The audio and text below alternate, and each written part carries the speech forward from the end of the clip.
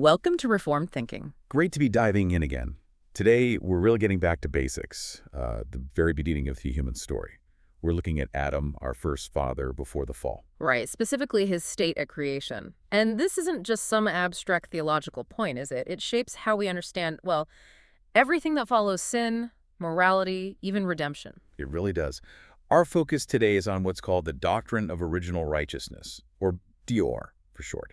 And we're digging into how Jonathan Edwards defended this idea. Yeah, Edwards mounted a pretty powerful defense, didn't he? We're looking at his sources, particularly how he argued against a major opponent known as Dr. T. That's the one. Dr. T denied that Adam was actually created holy. So our mission, if you like, is to unpack Edwards' arguments, the logic, the scripture for believing Adam was created holy. Positively good, not just neutral. We want to understand why Edwards believed that. Why was it so crucial that Adam wasn't just a blank slate? The sources really lay out this clash of worldviews. Was Adam created with, genuine holiness, a real disposition to love God? Or was his heart neutral? Like needing to figure things out, make choices, reflect, before any virtue could even exist. Yeah. Dr. T was firmly in that second camp. He was. For him, any goodness fixed by God from the start wasn't true virtue because it wasn't chosen by Adam himself. So that's the core question we're wrestling with today. Did Adam start holy, or did he start neutral? And the answer has huge implications. If he was neutral, the fall is maybe just a learning error, a mistake. But if he started holy, then the fall becomes this massive, catastrophic rebellion against the way things were meant to be, against goodness itself. So let's dig into why Edwards insisted that initial goodness was absolutely necessary. Okay, so to really get Edwards' points, we first need to understand what he was arguing against. What was Dr. T's big issue with original righteousness? It all comes down to what Dr. T called his grand objection. Yeah. And it's basically rooted in his definition of what virtue even is. What do you think it was then? Well, fundamentally, he believed that for something to count as virtuous, morally praiseworthy, deserving reward, the person, the moral agent, has to actively contribute to it. It can't just be given. So it can't be something God just implants. Exactly. He argued holiness couldn't be concreated, meaning created along with Adam's nature by God's power right at the beginning. That wouldn't count. Why not? If God makes something good, isn't it good? For Dr. T, the issue was moral credit. If God just wires Adam to be good, then Adam is just acting out of necessity, like a well-made machine. A clock ticking correctly, you mentioned earlier. Right, a clock doesn't get praise for keeping time. So for Dr. T, if God just puts righteousness into Adam without Adam's own active involvement, his own free choice and agreement, what he called concurrence, then it's just no holiness at all. So the agent's free conscious agreement was absolutely essential in his view. Totally essential. The goodness had to come from the creature's will, operating, independently, not predetermined. And it wasn't just about agreeing after the fact, was it? The sources say he required a specific process. Yes, that's key. The person had to exercise thought and reflection before they could be considered righteous. Righteousness had to be the fruit of preceding choice. Fruit of preceding choice. So the choice comes first, then the righteousness. That's his model. It's not enough for Adam to eventually choose good things. The very principle of goodness within him, like love for God, had to be generated by Adam's own prior self-determining choice. Wow. Okay, so if Adam just woke up on day 6 already loving God. Dr. T would say that's just a natural feeling, maybe like hunger or thirst. Not truly moral holiness, unless Adam consciously chose to activate or create that love first. So saying righteousness was wrought into his nature at creation. Was, for Dr. T, a contradiction in terms. Virtue, in his mind, absolutely had to be an achievement, something earned through the will deciding for itself. This idea of the self-determining will seems pretty central here. Can you unpack that a bit? What does it mean in this context? Sure. It's this idea that the will has a kind of independent power to choose not just its actions, but even its own inclinations or desires, without being caused by anything else, either outside or inside. So the will stands apart from motives and decides. Kind of like it's outside the chain of cause and effect. It just generates its own moral state. So for Dr. T, if God put love for God in Adam first, that love, a motive, an inclination, would determine Adam's choices, making them necessary, not free, and therefore not virtuous. The will has to be the cause of its own goodness, not just the performer of good actions flowing from a good nature. That's the core of it. The will has to start from a point of, indifference, and freely choose the good without being pushed there by any pre-existing inclination. Okay, I think I see the setup. And Edwards argues this whole structure just falls apart. Completely. He argues it ties itself in knots. Dr. T basically sets up a requirement that makes it impossible for Adam to ever actually become righteous. Right, so Edwards doesn't just say Dr. T's wrong. He takes Dr. T's own ideas and shows how they actually contradict each other. Exactly. He points out that Dr. T's view that virtue must come from a prior choice clashes with basic logic, common sense, and crucially, with Dr. T's own definition of what virtue fundamentally is. That's clever, using the opponent's own premises against them. It's very effective. See, Dr. T, like a lot of thinkers at the time, actually agreed with people like Hutcheson that the real core, the essence of virtue, is good affection. Basically, benevolence or love. And Dr. T himself said this. Explicitly, he stated that all real moral goodness, all moral rectitude boils down to this single principle of love. He even used the Bible verse, love is the fulfilling of the law. Okay, so virtue is love. That's premise 1 from Dr. T. Right. Premise A, virtue equals love. But then remember premise B. Premise B, virtue requires a preceding choice. It has to be the fruit of choice. Okay, now put them together. This is where Edward springs the trap. If all moral goodness is love, premise A, then logically no choice can be morally good unless it flows from love. Love has to be the source, the principle behind the choice. Makes sense. A good action comes from a good heart, a good intention. But wait, Dr. T also insists, premise B, that the principle of love itself can't be virtuous unless it comes from a preceding choice. Ah, I see the loop. It's a complete circle. Virtuous love has to come before virtuous choice.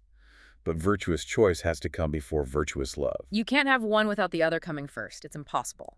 Edwards calls it an evident contradiction. It's like saying you need the fruit before you can have the tree, but the tree has to exist before you can have the fruit. Which comes first? Neither can, according to this logic. So how could Adam ever get started on being virtuous? He couldn't. Edwards lays it out. Imagine Adam created totally without love, as Dr. T requires. Adam needs to make his first virtuous choice. Let's say he chooses, okay, I will now love God.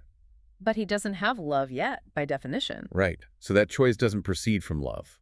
And if the choice doesn't proceed from love, according to Dr. T's own rule that virtue is love, that initial choice is, well, it's not virtuous. It's morally empty. So the very first step required to become virtuous is itself not a virtuous step. Exactly. It's impossible. Edwards says there's just no way that can possibly be devised for Adam to get righteousness going under Dr. T's scheme. He's trapped in neutrality. And Edwards traces this back to that idea of the self-determining will. Yeah, he blames these confused, inconsistent assertions on that faulty view of the will. This idea that the will have to somehow kickstart its own goodness from a state of nothingness, of indifference. But a choice made from indifference can't magically create love, can it? It just creates another indifferent choice, presumably. Or an arbitrary one. Edwards argues that a rational being, a moral agent, can't actually be neutral. They have to have some inclination, some preference. Otherwise, they'd just be inert, unable to choose anything. Paralyzed. Right. And if they have an inclination, it's either pointed towards the right thing, God, supreme goodness, or towards lesser things. There's no middle ground for a creature commanded to love God supremely from the get-go. So if Adam was created as a functioning moral being under God's law, he had to be created with the right inclination already present. That principle of love, that relish for God's excellence, had to be built in. It's a logical requirement of creating a good moral agent subject to God's law. Okay, so Edwards has shown the logical flaws in Dr. T's position. It just doesn't hold together. But he doesn't stop with logic, does he? He moves on to Scripture. Right.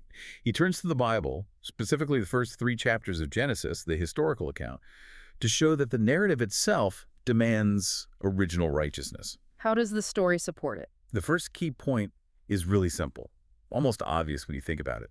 The whole story assumes that eating the forbidden fruit was the first sin he committed. Okay, yeah, that seems clear from the text. And if that was the first sin, what does that imply about his state before that moment? That he hadn't sinned yet. He must have been righteous. Perfectly righteous, yes. Edwards argues that if Adam was perfectly righteous right up until that first sin, then he must have been created or brought into existence righteous. His initial state was righteousness. It connects his creation directly to his moral condition. Exactly. But why did that righteousness have to be created in him? Why couldn't he have just, maintained neutrality until that point? Because of the commands. But precisely. Yeah. Adam wasn't just created and left alone. He was created as a moral agent, immediately under obligation, under a rule of right action. From the very first moment he existed and was conscious, he owed obedience to God. And you can't obey properly without the right inner disposition. That's the link.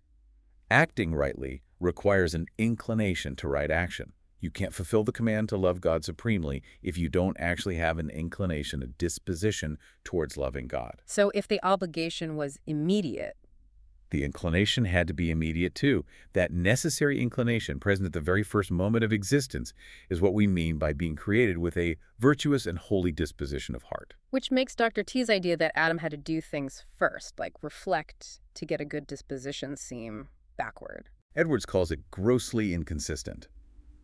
Think about it. If Adam's first duty was, say, to reflect on God's command in the right way, that act of reflection itself has to be a right action. And a right action needs a right motive, a right inclination behind it. Yes, the good disposition has to be the principle or spring from which even the first right actions proceed. You can't perform the duty of reflection in order to obtain the good disposition, because performing that duty rightly already requires the good disposition. So if Adam started neutral, without love for God, how could he even begin to reflect on God's command with the proper seriousness or regard? He couldn't. If he had no love or regard for God initially, any reflection wouldn't be motivated by obedience or love. It would be motivated by, well, who knows, curiosity, self-interest, but not by a supreme regard for God. And since Dr. T himself agreed that love is the core of all moral rectitude, Then if Adam was required to do any right act at all upon existing, even just thinking correctly about God's command, he must have already possessed that principle of divine love from the very start. God wouldn't command something impossible. If the law applied instantly, the capacity to obey, the right heart disposition, must also have been instant. That's the inference.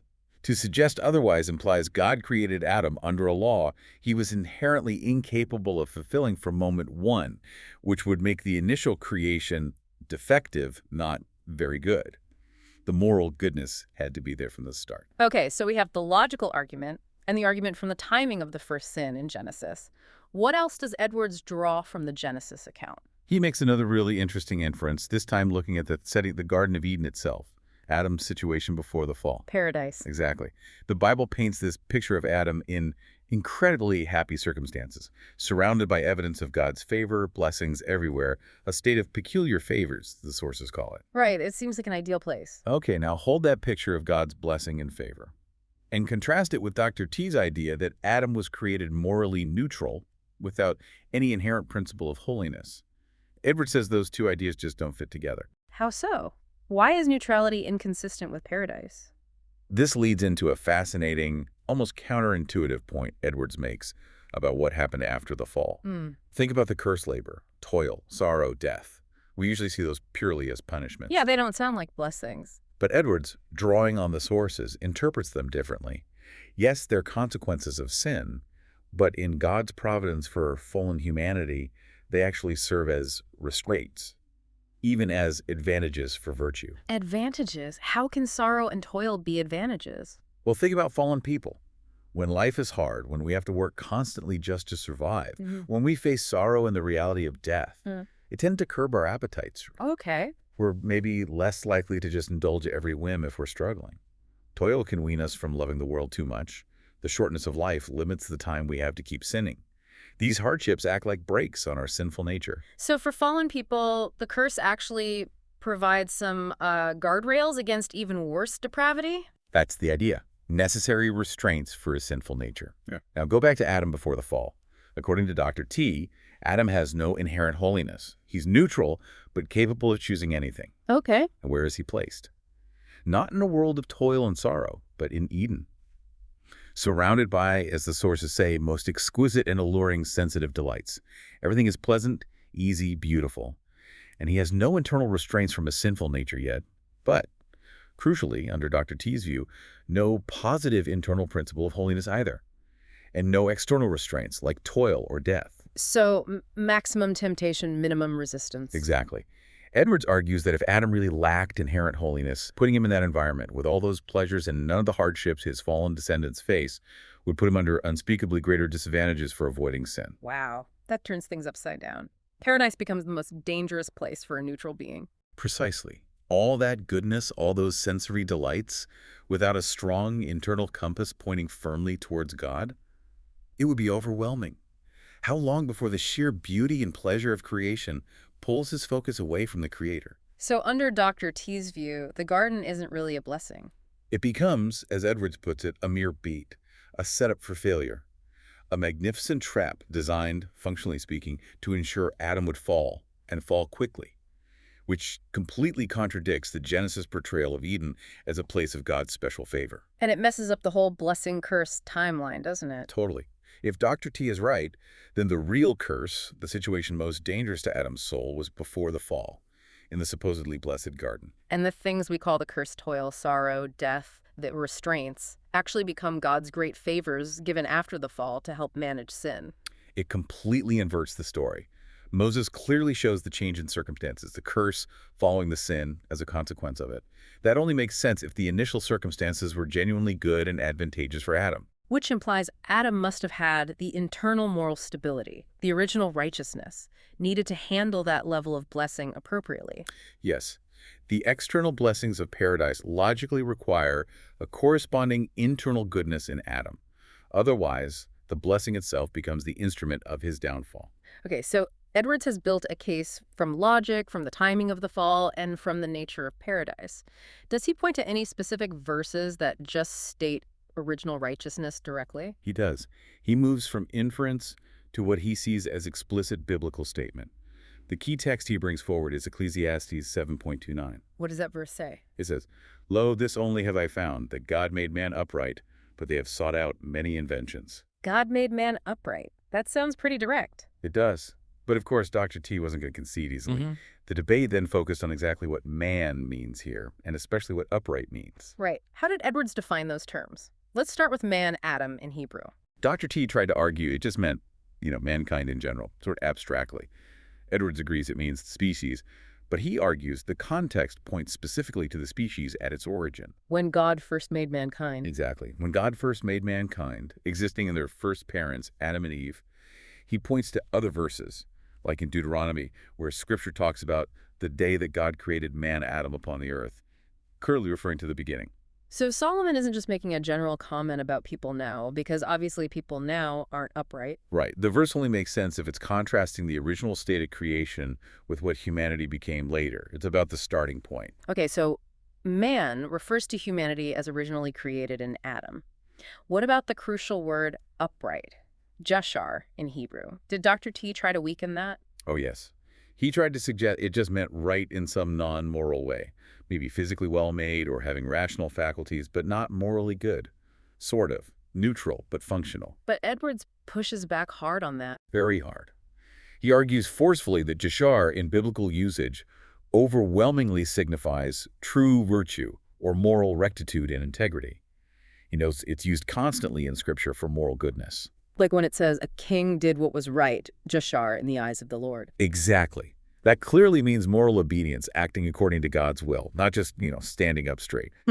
Edwards says when Solomon uses Jashar here, he means God made man of the right stamp, altogether good in his kind, truly and thoroughly virtuous as he ought to be. Made correctly, morally speaking. Yes.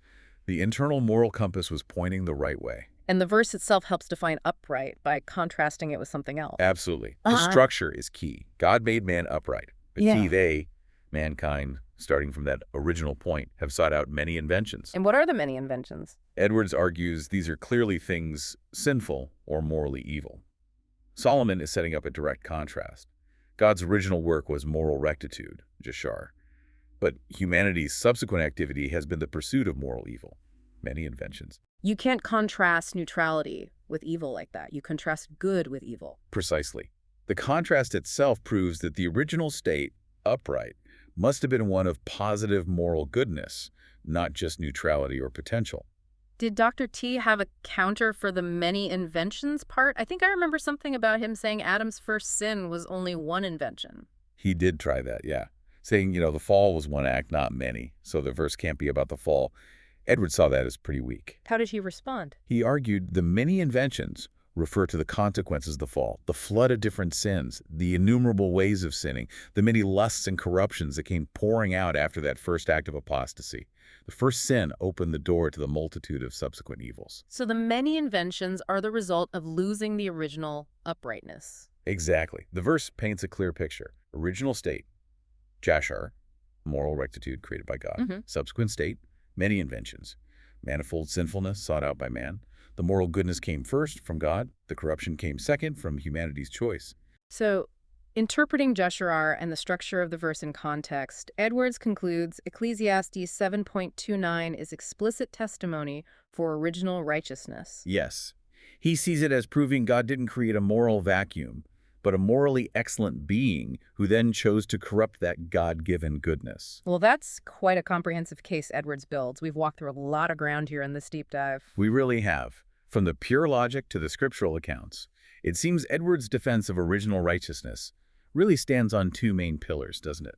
Yeah, what would you say those are, summarizing? First, there's that logical pillar, the sheer impossibility of Dr. T's scheme working. You just can't have virtuous choice requiring prior love, while virtuous love requires prior choice. It's a dead end. Love, the principle, has to come first. Right, the fountain has to exist before the stream. Exactly. And second, there's the scriptural pillar.